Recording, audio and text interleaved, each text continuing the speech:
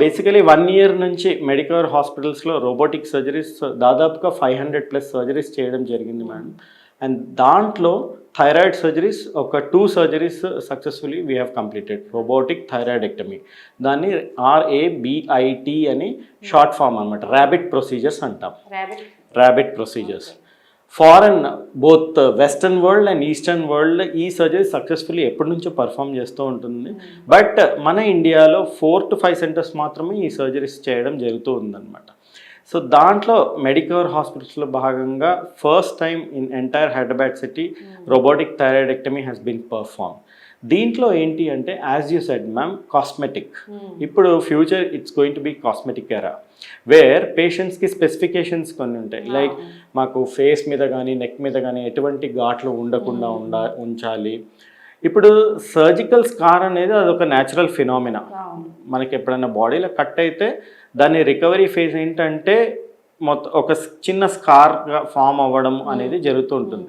But మనకి ఇప్పుడు technology అందుబాటులోకి రావడంతో రోబోటిక్ టెక్నాలజీ మనకి ఏంటంటే స్కార్లెస్ సర్జరీస్, చిన్న పోర్ట్స్ అంటే 5 to 8 mm పోర్ట్స్ మనం కనిపించవు అవి.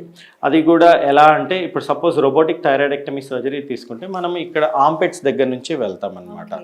సో ఆ ఆంపెట్స్ దగ్గర నుంచి ఆ పోర్ట్స్ క్రియేట్ చేసుకొని మనము సర్జికల్ ప్లేన్ అంటాం దీన్ని.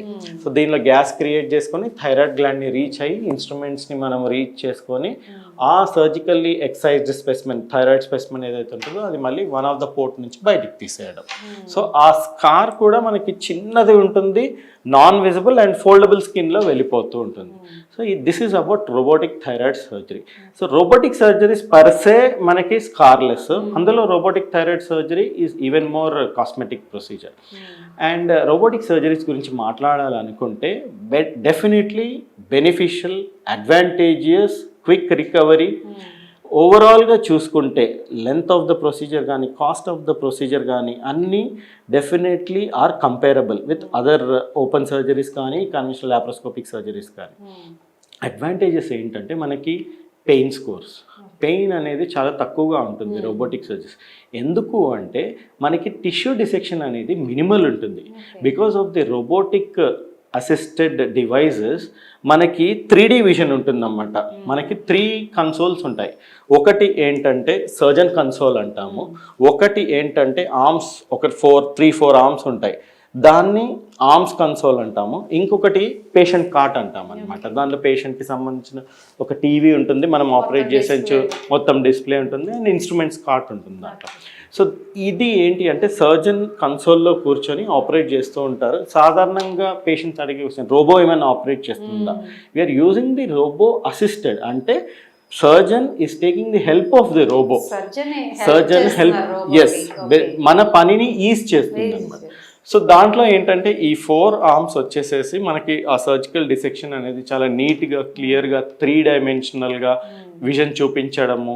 సో టిష్యూ ప్లేన్స్ అనేవి నీట్గా కనిపించడము, డిస్ట్రక్షన్స్ మినిమల్గా ఉండడం, టిష్యూ డిస్ట్రక్షన్. మనకి పెయిన్ మెయిన్లీ ఎప్పుడు వస్తుంది అంటే సర్జికల్ ఇన్సిషన్ పెద్దగా ఉండడము, లోపల ఎక్కువగా టిష్యూని మనము ఒకవేళ డీప్ సీటెడ్ ఉందనుకోండి ఎక్కువ డిసెక్షన్ చేయాల్సి రావచ్చు. అలాంటప్పుడు అన్ని లేయర్స్ మనం సెపరేట్ చేసుకోవాలి, చేతులు పెట్టాలి. So definitely pain, nerve endings చాలా వరకు ఎక్స్పోజ్ అవుతాయి. సో ఆ థింగ్ ఏంటంటే మినిమైజ్ అవుతుంది మనకు రోబోటిక్ సర్జరీస్కి వచ్చేసేసరికి. That is the reason why pain scores are very less. Early discharges, ERAS అంటాం మనము, ఎన్హాన్స్డ్ రికవరీ ఆఫ్టర్ సర్జరీ, అంటే ఫాస్ట్గా రికవర్ చేయడము, డిశ్చార్జ్ చేయడం అనమాట. Many of the surgeries if we talk about 48 hours to 72 hours discharge అయిపోతున్నారు patients. Pain scores తక్కువ, length of the stay in the hospital తక్కువ.